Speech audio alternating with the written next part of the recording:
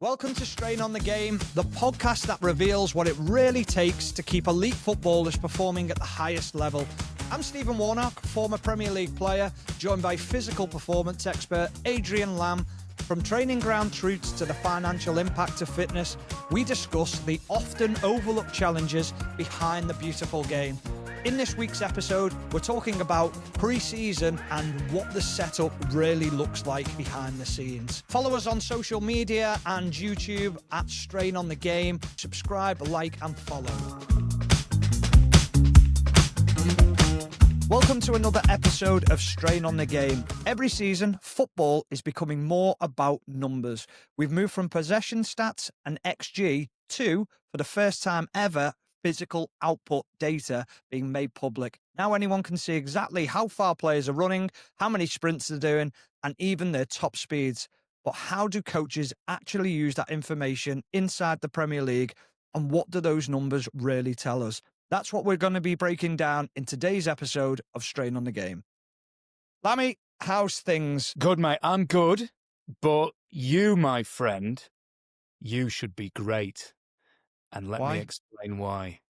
Because you may or may not know this, but sports science is always about research and pushing back the frontiers of knowledge, and we're always discovering new things. So part of my job is I always allocate an hour a day, or I try to allocate an hour a day. I'm not always successful, just to look at the research in the journals.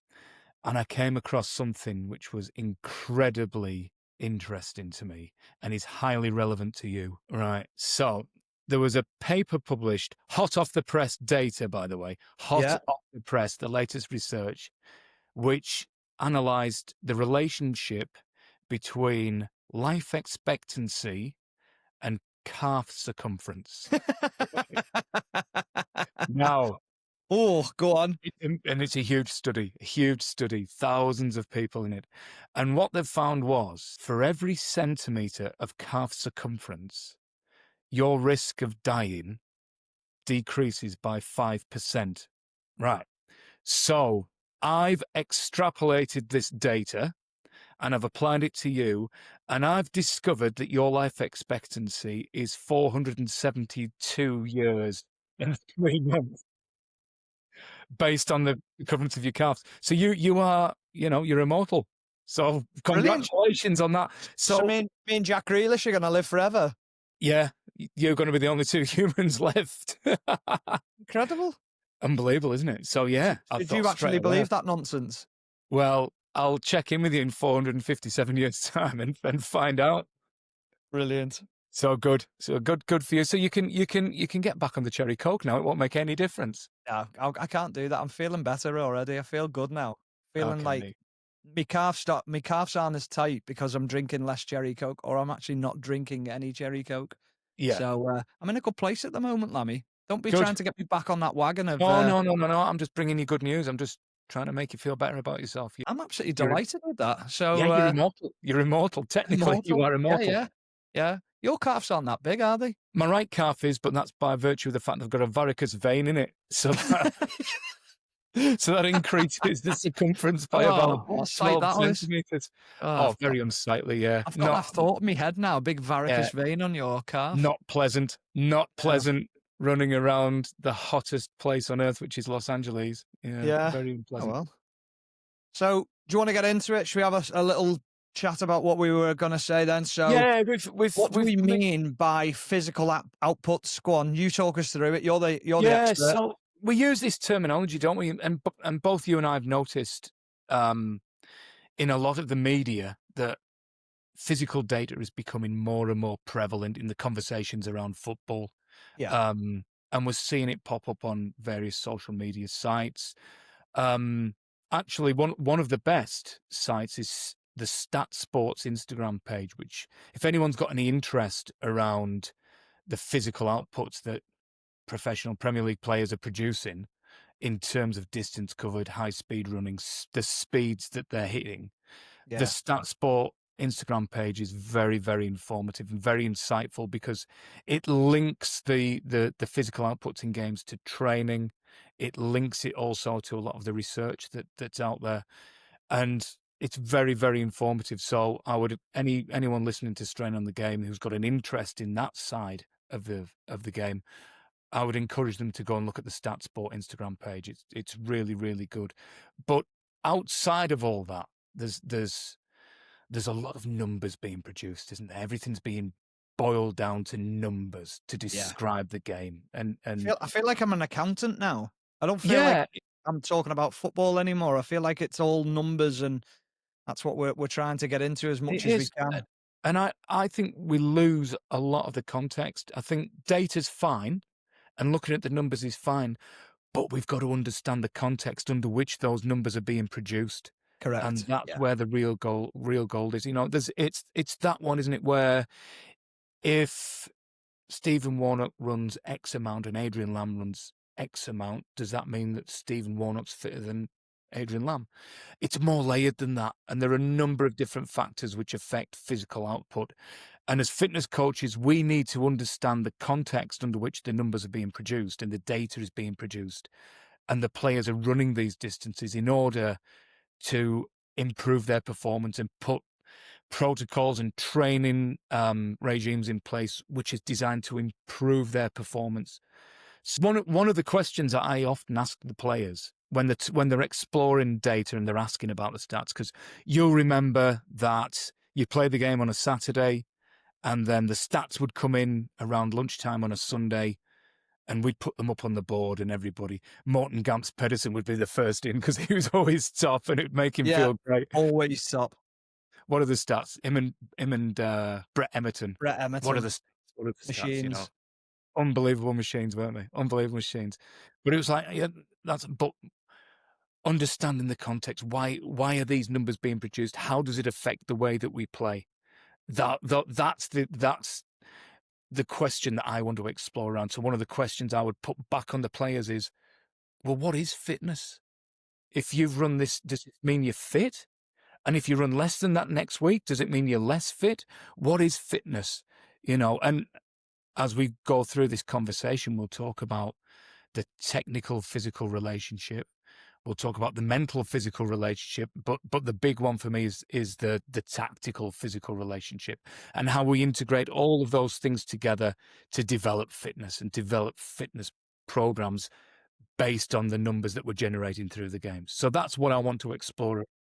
Yeah, I think it's interesting because I always think back to a player. I played with him at Leeds, and he used to play at Man United, called Cameron Stewart. He was a winger, and he left Leeds and he went to Ipswich, and he went signed for Ipswich on something like a 3-year deal.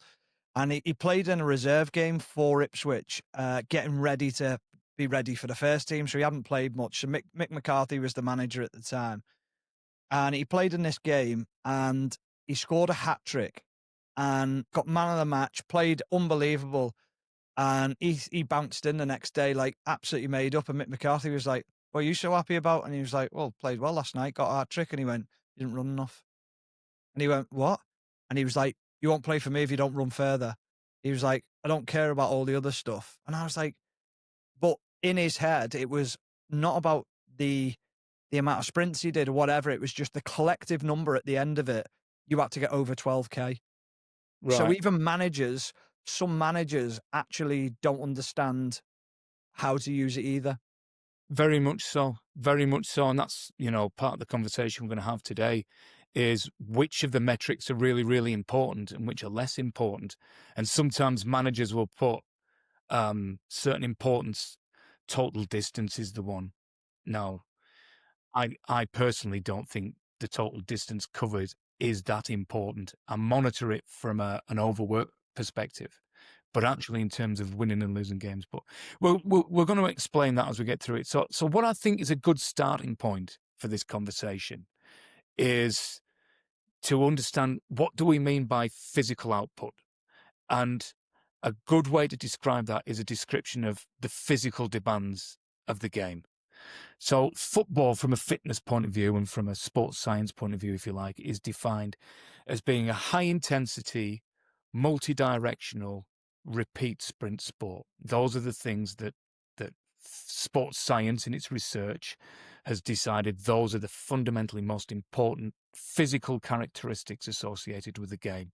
So players need to be able to change direction at speed multiple times in the game. They need to be able to perform at high intensities for the duration of the game. And the most important one from my perspective, and we'll talk a lot about this, is that repeat sprint ability. They need to be able to perform sprints repeatedly throughout the course of the game. And within that, and we've spoken on previous podcasts about that, there's got to be an element of robustness and resilience because they need to be able to do that without excessive risk of injury. The other one I was going to ask you is how important is it to be able to achieve all that, but to be able to decelerate as quickly as you can accelerate? Because that's arguably one of the biggest causes of injuries that's about, isn't it? Oh, brilliant. Brilliant. You don't need me anymore. You've cracked it. Off you get. About one of the things in this publicly available information, it's quite basic. A lot of the information that's coming into the public domain, it's total distance, high speed running, speed, maximum run speed. I'm not seeing a lot of acceleration and deceleration figures.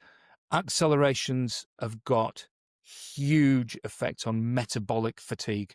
They'll create a lot of metabolic fatigue. Go on, explain what metabolics are. Like take a lot of energy, and they take a lot. They're very, very. They take a lot out of the player to perform draining. Acceleration. Yeah, draining's a good word. Yeah, accelerations cause a huge amount of.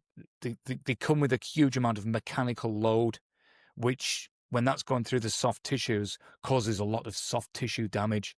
So as we're training through the week, we very much have to monitor the amount of accels and decels that our players are performing as a means of making sure that they're not creating too much of this muscle damage and creating too much metabolic fatigue as they're working in towards the games. So if you cast your mind back to a lot of the old traditional kind of training regimes we used to do, they would have a 5-a-side the day before a game. 5-a-sides create a lot of accels and decels, and so they create a lot of muscle damage. So yeah, they're fine to do the day before a game, but we need to carefully control the numbers of players.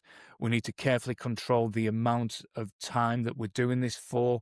We need to control the size of the pitch so that we're minimizing these accels and decels. So yeah, and within that, we can put figures, average figures, in and around some of these metrics that we're talking about. So these figures come from Stats Perform, an average team output in the Premier League. Stats Perform are the company that own Opta, and they are the official data supplier, if you like, to the Premier League. So on average, a team will cover a total distance of 110 to 115,000 meters collectively as a team. Yeah. Of that total distance, 11,000 to 12,000 meters will be done at high speed.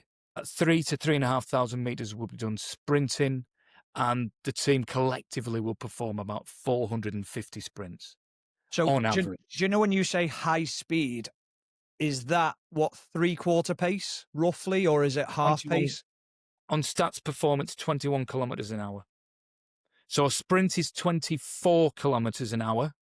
Any velocity above that is categorized as being sprint speed. 21 kilometers an hour is high speed run. Anything, and then different tracking technologies have got different thresholds, which is we're going to go on to speak about. If we look at an individual player outputs anywhere between 11 and 12k per player total distance. High speed running distance about 1,100 meters. Sprint about 300 meters of sprint distance, or above 24 kilometers an hour, and they'll do about 45 sprints. Now that's an average player. Yeah. And as we'll find out, there is a using average figures can be problematic because we can underestimate some workloads for certain players. The best players will perform much higher. I think it was. Do you know when you talk about the sprints per game, And you say what was 45 sprints, or was it 46? Yeah, about 45 on Yeah. average. So I remember when I was at Blackburn, and this was like a big thing, not under when you were there and Sam Allardyce and Mark Hughes and Paul Ince, but it was Mark Hughes who was the manager. And the one thing he always used to say was, the more sprints we can do in a game, the better our end result will be of the overall collective. So the more sprints we can get in, the actual other data will top itself up naturally. So that was one of the big things. And I hadn't done that before. I hadn't learned that at Liverpool. But there was an element when, like you say, the stats would go up, and he was the same. Stats would go up maybe Monday. If we'd Yeah. had a day off, if we were on a Sunday, but it was always the running stats or the sprint stats were always the ones at the top. And that was the one he cared about the most. Got to do more sprints in a game. I've never heard you say that before. That's incredibly insightful, and I'm 100% in agreement with him. I think the number of sprints for me is by far and away the most important thing. Sprint distance and number of sprints in terms of getting positive game outcomes, winning games. I'd never heard you say that before, so that's really, I mean, that Blackburn's team under Mark Hughes was all about sprints, wasn't it? It was. And so strong, and it's such a, because I was at Newcastle United at the time, and you knew you were getting into a real arm wrestle. You know, it was, you had to match physically at least, and on top of that, incredibly talented players.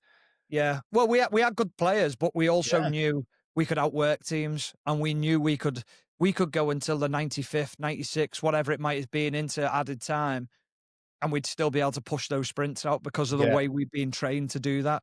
And we've spoke about it before, where we said Mark Hughes was of the Sir Alex Ferguson era. So once it got past January, we'd work harder.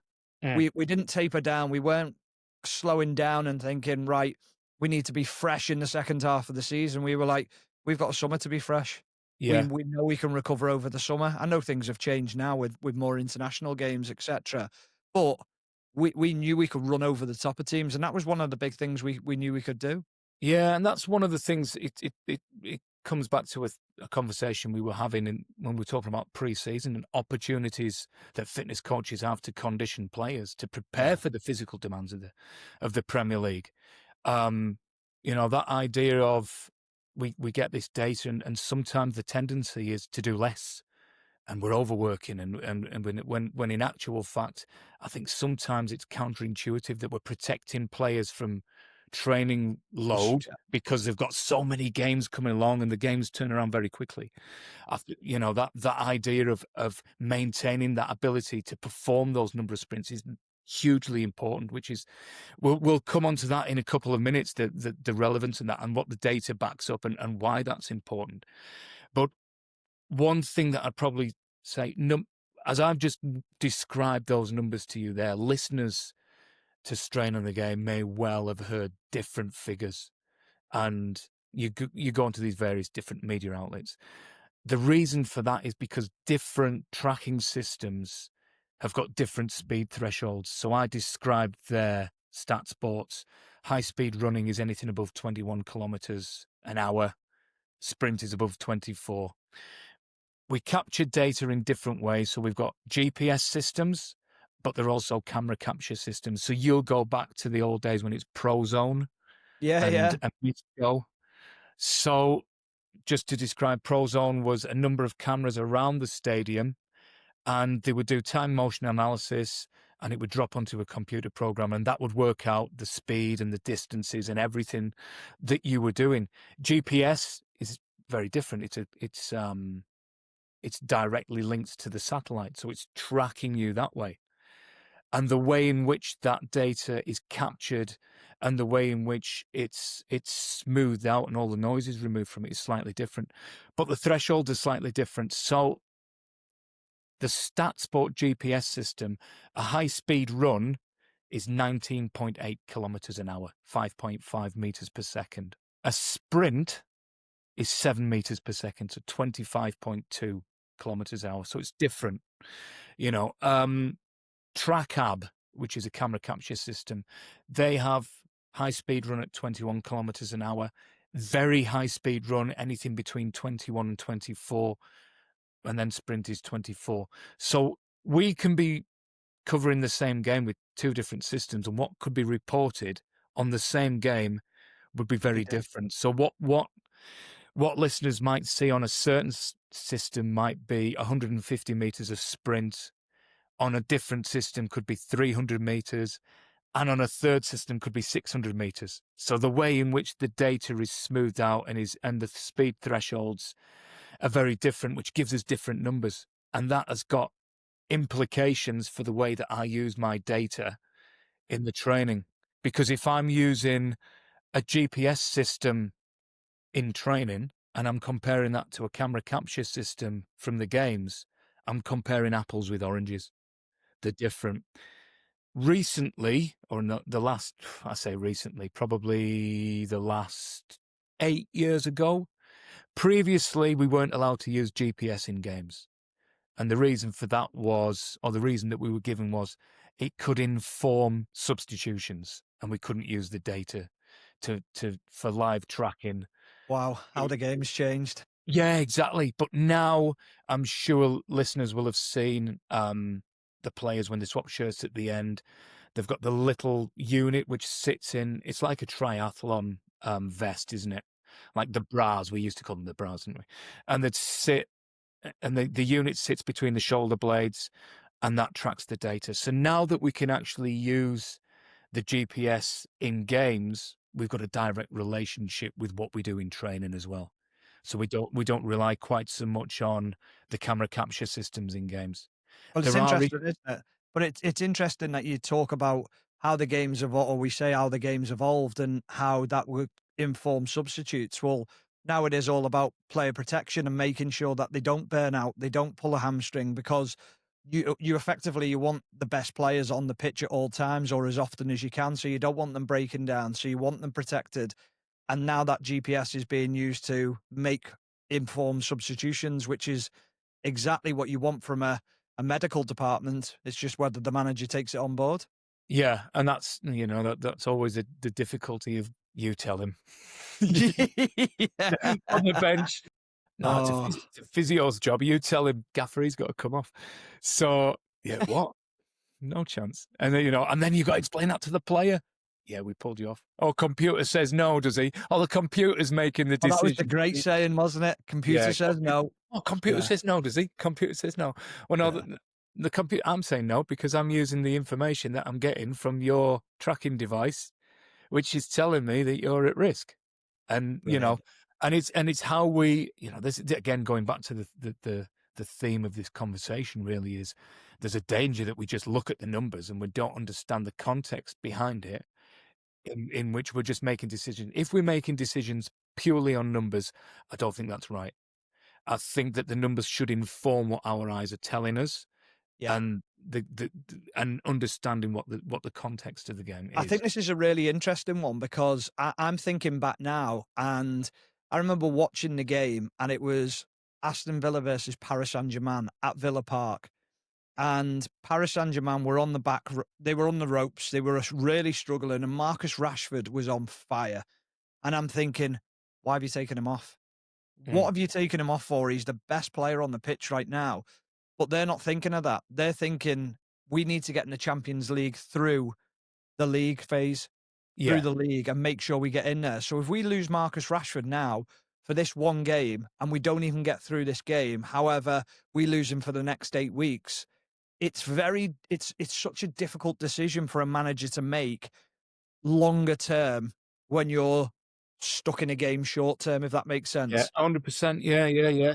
But I think there's an element where the listeners and the viewers might just think next time that they see a substitution go up and they go, why are you taking him off?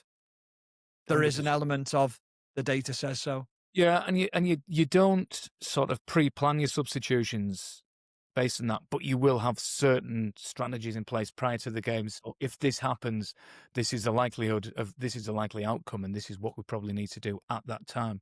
So you're not making it up as you go along, but you've got strategies that if this scenario unfolds, then this is what our response will be. It's just prior planning. And the whole thing around physical outputs in games is it informs your decision making.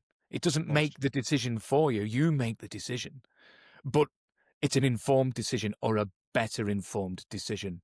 And again, not based purely on the numbers, but on what your eyes are telling you, which is backed up by the numbers.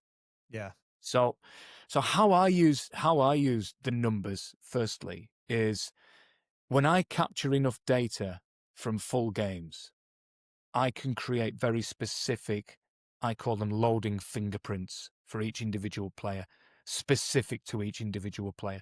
So if I know what a typical 90-minute game looks like for Stephen Warnock in all of these different metrics, then that allows me to prescribe very specific training loads through the week. And through the week, we will emphasize a different physical component on different days. So we might emphasize on the Monday, it might be locomotor strength. So it's accelerations, decelerations, change of direction. So we keep the pitch quite small. And I'm trying to overload your number of accels and decels according to your game. So I can report back to you, right, Warney, you, in terms of accels and decels, you played 120 minutes today. Perfect. Brilliant. That's what we wanted. You've hit your targets. We don't touch that again for the rest of the week. So the next day we might do high speed running. So we change. Okay, so how do you do that with a group of players though? So you're looking at me individually, but you've got to create something for 20 players. Yeah, so the fingerprints are fingerprints. They're unique to each individual player based on their game outcomes. Yeah, I know, but if you're doing a training session for 20 players, that becomes very difficult, doesn't it? Yeah, so they've got targets and thresholds that we want to hit, and each player will have live data. So we've got the GPS unit on the back. That live data is being beamed onto the laptop, and the training analyst will be able to see what the physical outputs being generated by each player in training are. So typically, in a training week, central defenders are always the ones who are overworked, because if you do a possession or a small-sided game, central defenders are the lowest physical outputs in a game. They need to be explosive over 5-10 meters to get up to the player. Yeah. They need to be able to turn and sprint in behind, but again, only 5 or 10 meters. They're not doing prolonged 30-40 meter sprints. But in training through the week, right, we're going to do a possession. You've got central defenders running around all over the place. And so we have to be quite careful with them a little bit. You know, they're the ones who generally overwork. Well, yeah, it's just monitoring. They're the ones who I found were more difficult to control through the training week because their game outputs were lower, and the type of training that we do, they were training not like central midfielders, but if we did a big possession, they would run around a lot more. But that was fine, you know. Just to go off piste a little bit, but it sort of stays within the same talking point. But you must be coach's worst fucking nightmare when you're going, he's done too much, and they're going, put on a session here. We planned a session and you're trying to drag him out and this out. Like, how's that changed over your time and the response from managers, coaches taking that on board, and they're like, just get on with it? Well, yeah, I mean, there is that element of, you know, you've got to be careful when you're telling a manager that this player's run his race and this player and this. No, I want to get very specific tactical objectives into it.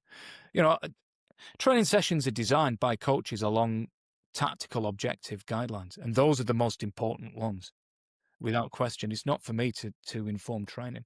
The best coaching groups that I've been involved in, when we're in the coaching meeting in the morning, and the head coach will say, I want to work on, we were really poor at this at the weekend, so I want to work on this. And then my closest relationship as head of performance was always with the assistant manager, because generally they're the people who design the training sessions alongside the assistant manager and then the first team coaches. So within that, they will say, right, we want to work on this drill. Okay. I will have an exercise library built up, which is over time. Coaches, by and large, use similar drills through the training week. They're comfortable with the same drills. So I will have the normal GPS outputs for each player in that. and I will look at a certain percentage of work output. So I want them playing at 120% of match output. Okay, so high speed running, I want 120% because I'm working above that. I will look at the library that we've built up over time of what do we get when we do this drill, and then the assistant manager will say, "I want to do this. How long should we do it for?" To me, and I'll say that one 8 minutes, probably 8 minutes to get the physical output if it's good. Yeah. What about, and then there'll be another drill. So it's typically warm up, passing, possession, game, whatever, and with different physical objectives within the training session. Yeah. And then within that, everything flows into that one physical objective, so that we're all aligned. The technical, the tactical, and the physical objectives are all aligned. So when you plan it in that way, it's very, very rare that I then have to go to a coach and say, he's done enough.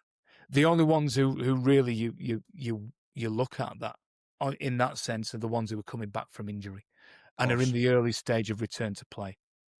So, what that fingerprint allows me to do is compare training outputs in the context of match outputs, which I think players respond to a lot better. And also it allows me then I'm always looking to improve performance. I don't want to pull players out of training. I want them to do more. I want them to work hard. So if we set these objectives alongside their individual fingerprints, then and we've got very specific individual training targets for each player.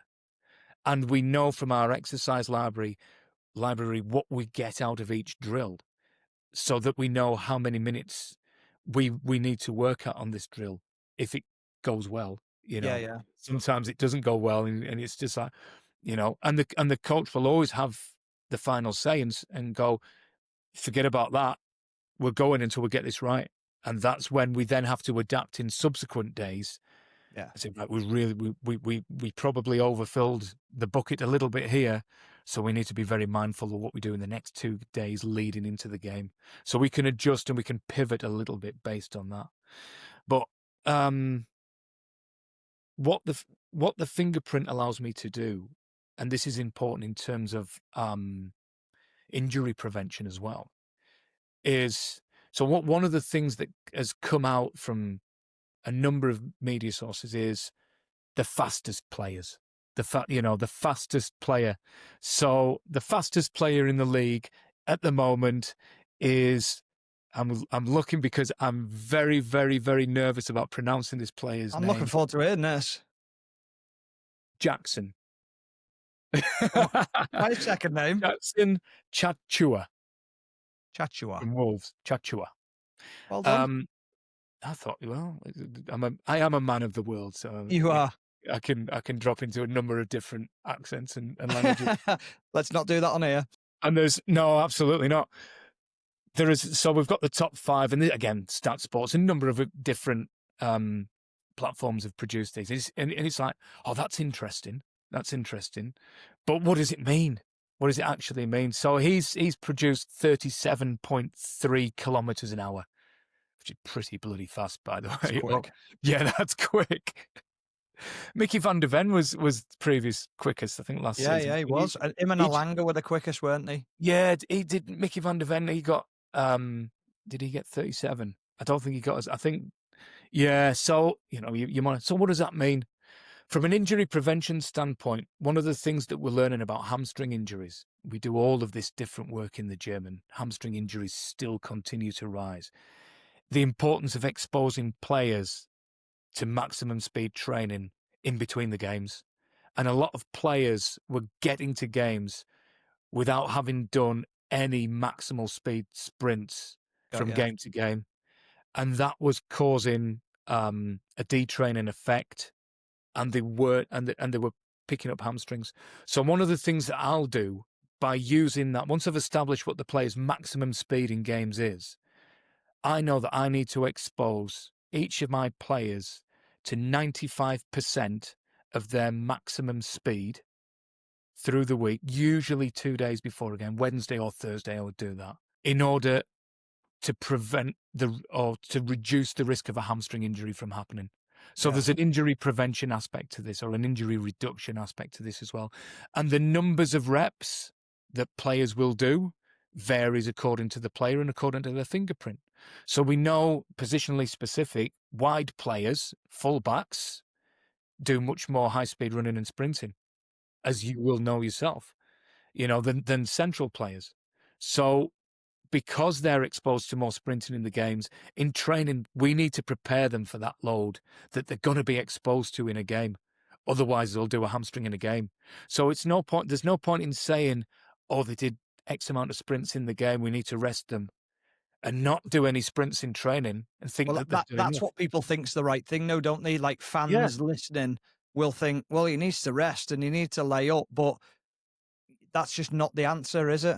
It absolutely isn't, and more research is being produced, which backs that up. That we have to expose even players coming back from injury. They need to access 95% of their maximum speed in a training week in order to protect their hamstrings. So roughly, what do you think one of the top speed players would be doing on a Thursday or a Wednesday or a Thursday? When you're talking about 95%, how many sprints do you think they should be getting out? If it was you as a fullback, I'd want you to do 4 or 5. Is that it? I'd want you to do 4 or 5. Yeah, because it's enough.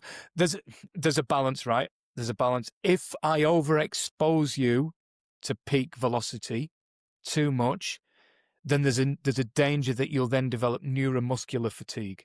So there's different types of fatigue that we're creating. So it's the Goldilocks principle, right? So I need to expose you to just enough stimulus to keep you healthy. Yeah.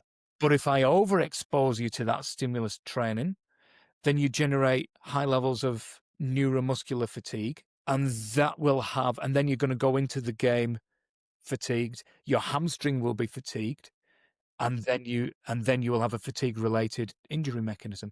So that's why these stats are really, really important. That we understand what does a typical 90-minute game look like for Stephen Warnock? How can I use that? What's his maximum speed?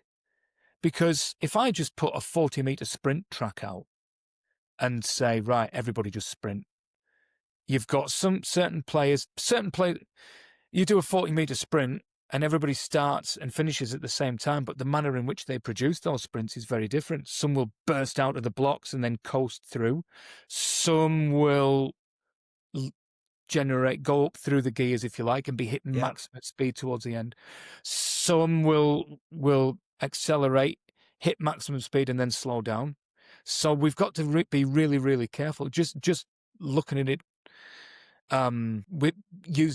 looking at it through eyeballing the training session, if you like, and everybody's 3, 2, right? You've got 6 seconds to get from here to there. 3, 2, 1, go. Everybody starts at the same time. Everybody finishes at the same time. But what they do in the middle can be different. So have they actually accessed that 95%?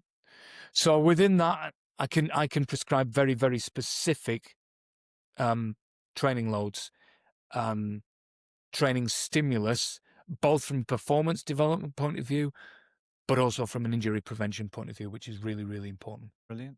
Now, I'm just fascinated to know the sort of distances you will be looking to achieve on that 95% run as well. Yeah, so ideally, I've talked about we have the coaches meeting prior to training. We design training sessions so that it's done within training. I don't want to take players out at the end and say, right, you need to give me 2 sprints. I spoke earlier, didn't I, about the importance of that repeat sprintability component.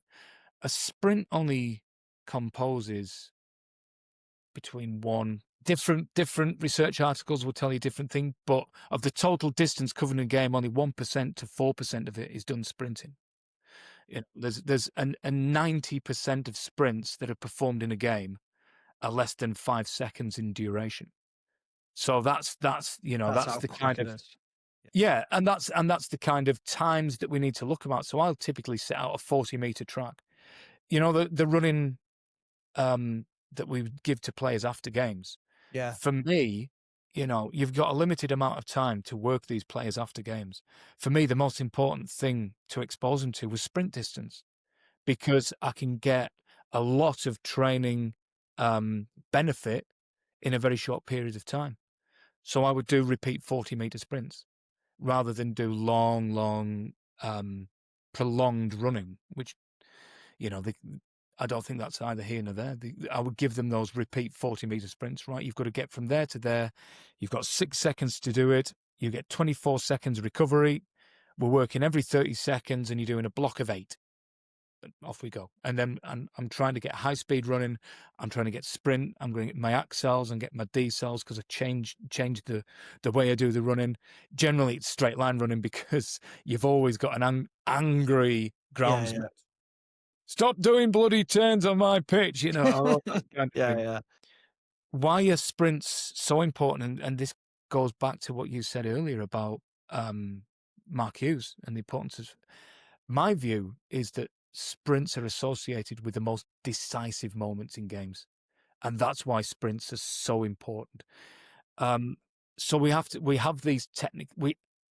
build in these technical considerations, so that the technical physical aspect of things.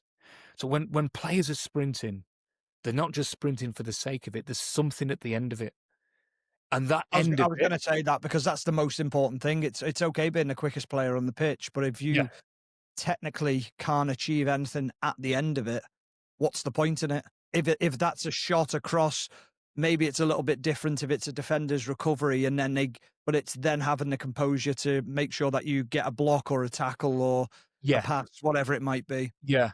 So there was a study, it's an older study now, so it came out in 2012. It looked at the Bundesliga. And what they found was that 45% of goals in the Bundesliga involved a sprint action by the scoring player, right? 45% of goals. That's nearly 1 in 2 goals required the scoring player to perform a sprint.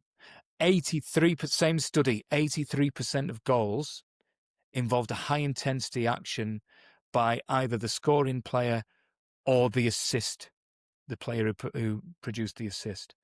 83% of goals. So when we're talking about the importance of sprint activity, that's why it's so big in the game. Now, that's an old study, but I think it paints a picture, doesn't it? Yeah, of course it does. So as a fitness coach then, and we talked about repeat sprint ability and the importance, I look at that and go, right, brilliant. The more sprints that my forward players can do, the more goals we're going to score, the more logically. And also, I need to make sure that my defensive players are capable of performing sprints, because the opposition players they'll be doing the same thing. Yeah. So the number of sprints, I said right at the very beginning of this conversation, number of sprints for me is the key metric in terms of game defining moments. But as a fitness, so I've described there 40 meters, right? We're just going to sprint 40-meter straight line sprint. I would argue, as a fitness coach, if you don't involve that technical skill action within your training, then the probability of being able to take the improved physical performance from training into games is less. Yeah. So I want to integrate the physical with the technical, the technical training. So that understanding of technical and physical relationships, and also when we're talking about strikers scoring goals, they don't always run in straight lines. The body angles are different. It's an arced run or a curved run. And they're often running looking over the shoulder because the ball's being played in behind. Yeah. So it's not enough to just improve their ability to sprint. We need to improve their ability to sprint in a game. What sort of sprint is it? Is it a leading sprint or is it an explosive sprint? Because the two things are very different. You said about accels and decels. What is the movement before the sprint? Can we build that into the training as well? Yeah. Because if you can, and then there's are you sprinting past defenders potentially in an unstable environment because the defender's getting their arm across you and you're at full speed, and then you've got a decision-making component. What part of the goal am I going to shoot at? So there's a mental component to that as well. So that integration of technical, mental, and physical, I think, is really, really important. I don't think it's enough just to improve their ability to sprint. We've got to improve their ability to sprint in the game. Yeah, I remember one of the things. So I used to look at it a little bit differently, obviously, as a player. From being a fullback, I used to think a lot of my running was around about 75% of my maximum speed. So I was overlapping. So in my head, I was thinking I need to be able to run probably 20 to 30 overlaps a game or recovery runs back in, whichever it might be. So if I've gone past a winger and the ball breaks down, can I get back into position? Not necessarily sprinting 100%, but being able to run at 75%. The other thing I used to always think as well was, can I sprint over 5 yards? So I don't know if you remember doing this. We used to do it in the indoor at Blackburn, where you put a restrictive belt round my waist and I'd shuffle out, I'd sprint out 5 yards, almost like I was going to close someone down. And then I had to stop, get myself in a position to jockey. Then I'd jockey back to a cone, and then I'd sprint out to the next one. And then I'd jockey back to another diagonal cone, but I was working my way up the pitch. And that was my way of closing down a winger and then jockeying back into position and going again. And that was my XL and decel. But I always thought a lot of my running predominantly was 3/4 paced. Yeah, absolutely. And that comes back to probably the most important aspect of what determines physical outputs, which is the tactical demands of the team that we're playing for. You know, what was the manager asking you to do? He was asking you to perform overlapping runs. And you know that you're going to do 20. So, you know, when you get that tactical job description, as I would describe it, I can overlay that with a physical job description. What is the gaffer asking Warney to do? Overlapping runs, but also he's got a massive defensive duty as well. So he's got to get back in quickly. Right. So I know high speed running, you describe it as kind of 75% running. I would describe it as high speed running. To be able to do that, going back to this technical, physical, you also then need to be able to deliver a high quality cross into the box, or you need to be able to execute a perfectly timed tackle on the other side of things. And you also need to be recognising game situations. So if the other fullback's pushed on, where do you need to be? Yeah. So there's a mental component and a concentration component to it as well. So all of these physical stats in isolation, nothing exists in isolation. Everything is related to the tactical, the technical, and the mental side of the game. And that's what we have to understand when we're seeing these numbers being produced, is the context under which the numbers are being produced, in order to get a level of understanding of how we can then take that data to improve player performance. Yeah. And then one of the big things I wanted to ask you about this is, you know, those periods where the game plan just goes out of the window and the game opens up, and it's just you have a go, we have a go. You have a go, we have a go. And it's like a 5 minutes of just madness. Now we would refer to those as fitness coaches. We refer to those as periods of maximal intensity. And we can map those as well. You know, there's a number of research papers that have come out that what happens within those periods. So the normal work to rest ratio in the normal flow of a game is around 1 to 12.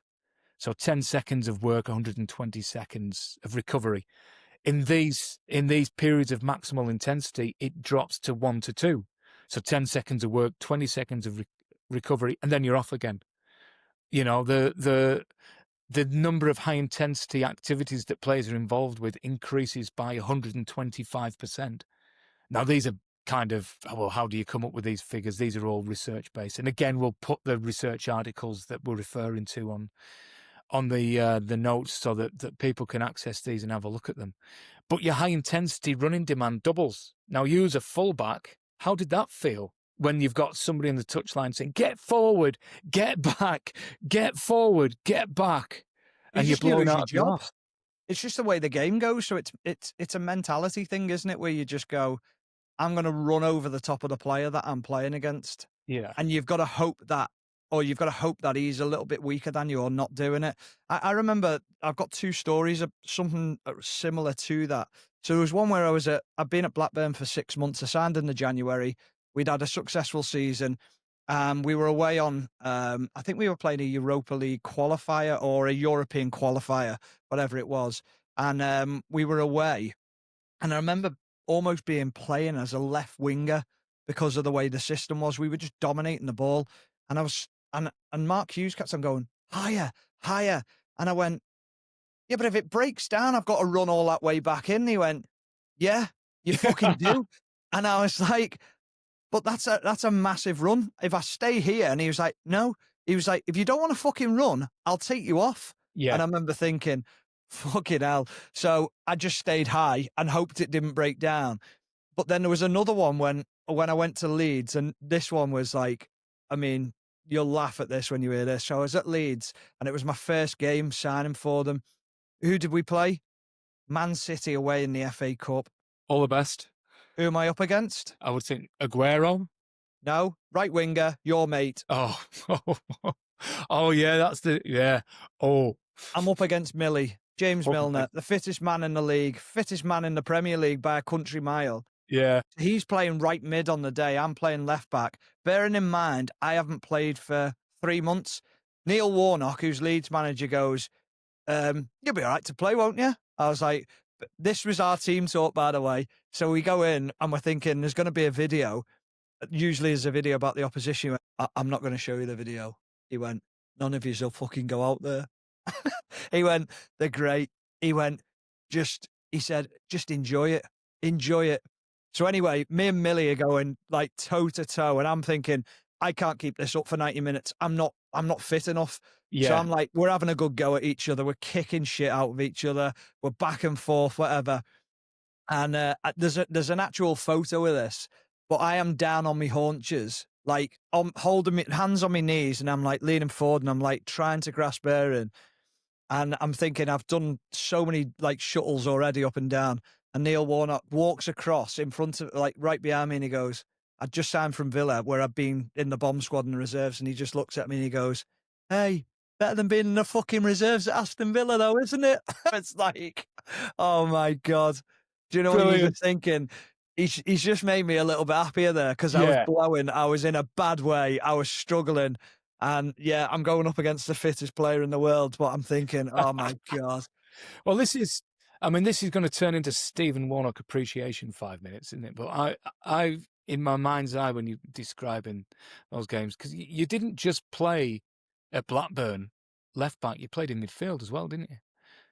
You know, and you know, there's a question about how you found the two positions differently. But I've got in my mind's eye now, I can see it, a game against Hull away. Yeah. And I have to say, you were magnificent. You were magnificent in that game. You scored the first one. I think I assisted the second as well. Well, hold on a second. I'm coming to that now. Yeah, so you scored the first one. Top pins. Rocky pulls it back. I would encourage listeners to strain on the game. Hull City versus Blackburn Rovers, 2011. It should be on YouTube. It wasn't 2011 because I wasn't at the club. Sorry, 2010, wasn't it? Yeah. Yeah, I was going to say. I think it was it was 08 or 09. 09 it was, yeah. No, 08. I left in 09. So it was either like the end of the season of 08, 09. Post-Christmas, so it was probably like March or April, because we was... Yeah. Well, I remember that being our turning point, but you bursting through from midfield, rampaging through. But I thought you'd scored the second one, because from where we were sat on the dugout, you fired it across, and from the angle we were at, I thought it had gone in, you ran off. I celebrated like I'd scored it.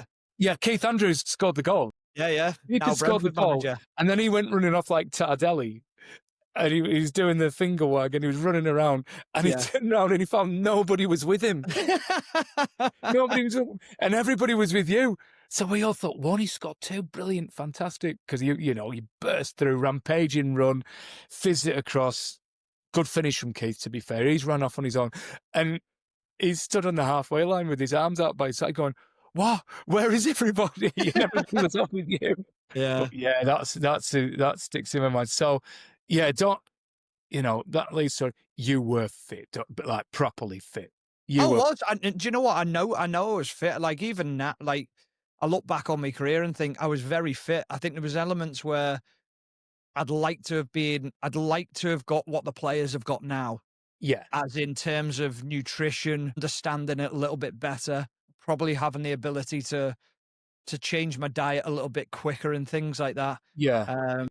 But listen, on a whole, I knew I was very fit. I knew I could run over the top of people. That Yeah. was a mentality I always had. Well, this comes back to those periods of peak intensity where you're being asked to get forward and get back and get forward and get back. So again, another study, and I looked particularly at what they found in fullbacks, and they found so this particular study, they looked at 5 minutes of peak intensity. But what interests me as a fitness coach is what happens after, because I think that's when teams are at the most vulnerable, when players can get caught out of position and Yes. gaps appear, and that's when we can exploit that. So if we're fitter than them, if we can recover quicker, if our repeat sprint ability is better than theirs, Yeah. then that's when we can exploit things a little bit. So this study, which looked at high intensity running in the periods afterwards, they found that in the first minute after these periods of peak intensity, it was 50% lower. So players were doing half as much work. After 5 minutes, it was still 30% lower. So I'm looking at that as an opportunity for my team to take advantage of that. Yeah. So I'm less interested in looking at the raw data of how much high speed running have you done, how many sprints have you done. I'm interested in phases of the game, and I want to see what you were doing in the 5 minutes after these periods of peak intensity as a marker of your fitness. Yeah. So that's where the data gets, when we're mining down into the data, and I'll go to the analyst and I'll say, find when the peak period for Warney was, and then tell me what he did in the 5 minutes afterwards. Well, often that is a lazy challenge, isn't it? So giving a penalty away or not quite getting a challenge in, not quite getting a block. That's often where that period comes into it. Yeah, a late challenge, a yellow card. But what I think now that teams are a little bit more tactically prepared, what they're finding is the fullback is less likely to get forward into those advanced positions to get across it, and they will adopt that defensive strategy while they're getting their breather.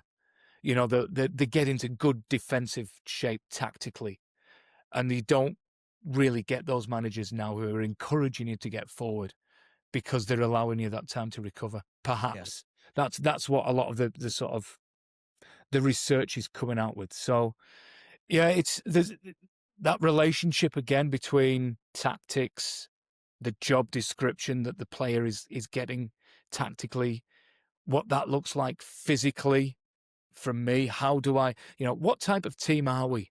Are we a pressing team? Right. I need to really develop explosive quickness in my team. I don't need to worry about it. That's the key. That's the key if we're a pressing team. Are we a counter-attacking team? Well, we need loads of high-speed running and the ability to recover from high-speed running. So it's very, very specific. Are we a low block team? Yeah. Well, how does that look? And all of these physical components of the game, they're all determined by the tactical decisions which are being made by the head coach. So I went to a conference many, many years ago, and there was a fitness coach who was the head of the German Federation at the time, and he described tactics as being the water that we swim in, which I quite liked. It was our entire environment. It informed everything we do, because when you think about it, if let's say we're a pressing team, and you mentioned this earlier on about the amount of muscle damage that accels and decels create. We're a pressing team, we're doing more accels and decels. That doesn't just inform our training. It informs our strength and conditioning programs. It informs our recovery programs. It informs our nutrition programs. It informs every single thing we do. Everything has to be geared around delivering players who are capable of delivering the tactical game plan and the formation as determined by the head coach. Yeah. Everything goes towards that. So all of these physical data that we're seeing being produced, we've got to think about, well, what type of team are they? What type of team is Wolves? What type of team is Bournemouth? What are Newcastle? You know, are these physical outputs that we're seeing reported a direct result of the way that they play? And by and large, it usually is. You know, it usually is. And then probably like the final thing that I find interesting is we speak a lot, don't we, about the game's getting quicker. It's almost like a mantra, isn't it? Every year we're saying the game's getting quicker, the game's getting quicker. You know, is it so? These evolving physical trends in football, is it really getting quicker? So there was a study, again, produced quite a while ago now, 2014, which looked at physical trends across the entire Premier League over 7 years. And what they found was really, really, really insightful. It was actually led by Chris Barnes, who is he was at Middlesbrough, he's been at West Brom, QPR, he's been on. So he's not just a researcher, he works in the game, he understands the game, he's a practitioner as well. So that's a study that for me as a practitioner, I pay attention to. So over 7 years in the Premier League, the total distance that players covered increased by 2%. So it increased a bit, but not hugely. Not significantly, no. What did increase significantly was high-intensity distance. That increased by 30% over 7 years. The number of high-intensity actions increased by 50%. Sprint distance increased by 35%. This is going back to the whole thread of this conversation has been about number of sprints, hasn't it? And how that determines who wins and loses games largely. The number of sprints increased by 85%. Wow. Over 7 years. Jeez. Now, we can link that back. Now, this is a study which is now 10 years old. As practitioners looking at the data, we know that trend has continued. Yeah. In actual fact, there was a study produced a couple of years ago which confirmed that the trend of increased intensity, high-speed running, sprints had increased, but not to that level. You know, it's still increased, but not as quickly. But it's still going up. The greatest increase, positionally, was in the fullback position. Not surprised, mate. Not surprised. We were asked to do a lot. Yeah, but again, this is not driven. Why did this happen? Why did that happen? It didn't happen because fitness coaches were getting better, or we were recruiting fitter players. It happened because teams were adjusting the way that they played tactically. You know, fullbacks were not just seen as being defensive; they had very clear attack duties as well. You know, and again, when we divide sprints, don't we? We've mentioned this earlier, into two types of sprint. There are explosive sprints and leading sprints. So if you think about an analogy I use with players is a car pulling away from the traffic lights. If you want to beat the person next to you, it's an explosive sprint. If you're more sedately pulling away and going up through the gears, it's a leading sprint. So that by far and away, the number of explosive sprints, leading sprints increase as well, but explosive sprints increase much more because the game became more explosive. So we do have the figures to actually to back that up. You know, that what does that mean for a fitness coach? Well, when do hamstring injuries happen? They happen during sprints. Yeah. So I've got to be very, very, very mindful that I'm paying attention to my hamstring injury protocols, because because the number of sprints are going up, players are sprinting more longer distances, more numbers.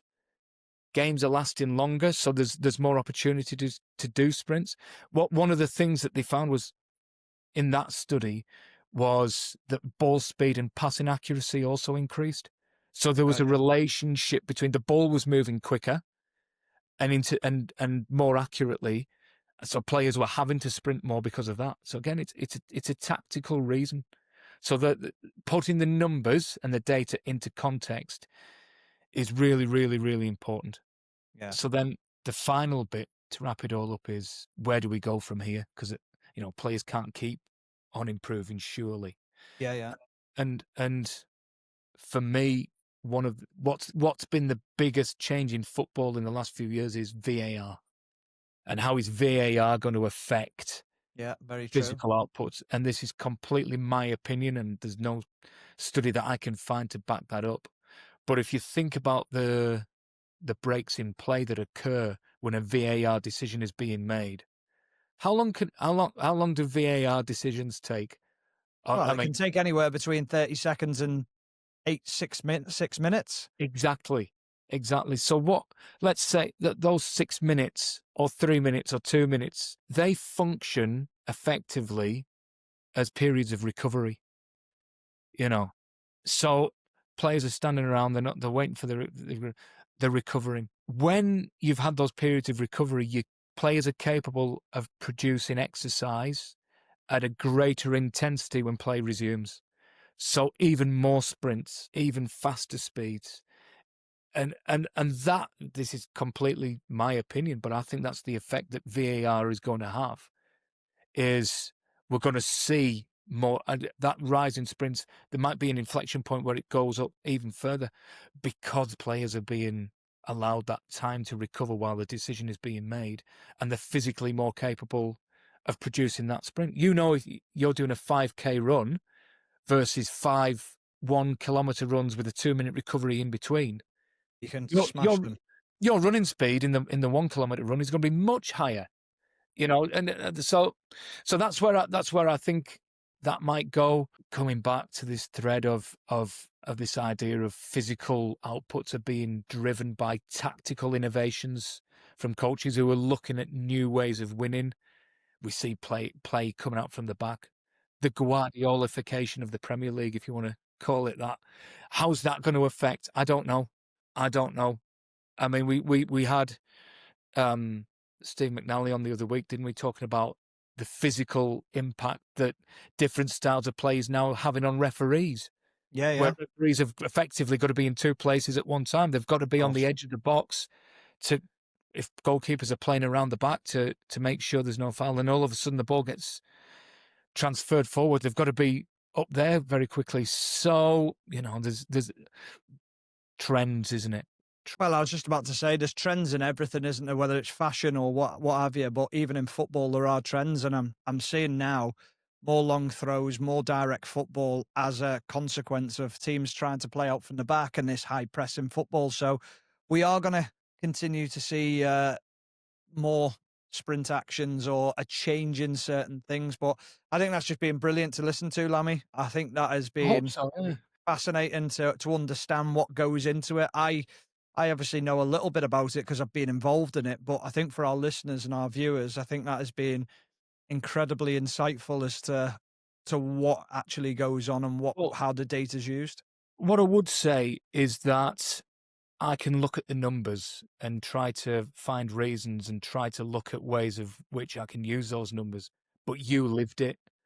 You know how it felt. I don't know how it felt. You've lived in that environment, and it's that's always the important one for me, is developing those relationships with players, such as we had when you were a player and I was a coach at the same place, where getting that understanding of what those numbers actually felt like, and what the context under which you were producing them.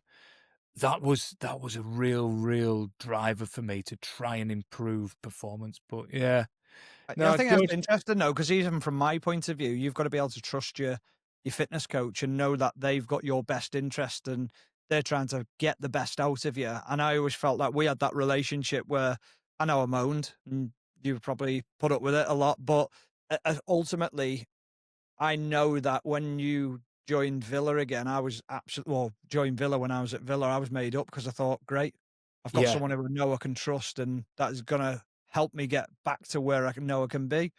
And that's massively important. But yeah, we'll wrap it up there, Lammy. I think that's been absolutely brilliant. Loved it again. So that has been another episode of Strain on the Game. Please follow all our socials, like and subscribe as much as you can to the YouTube channel and to the podcasts. It does go a long way in helping us. But yeah, that's been another episode of Strain on the Game. Thanks for listening.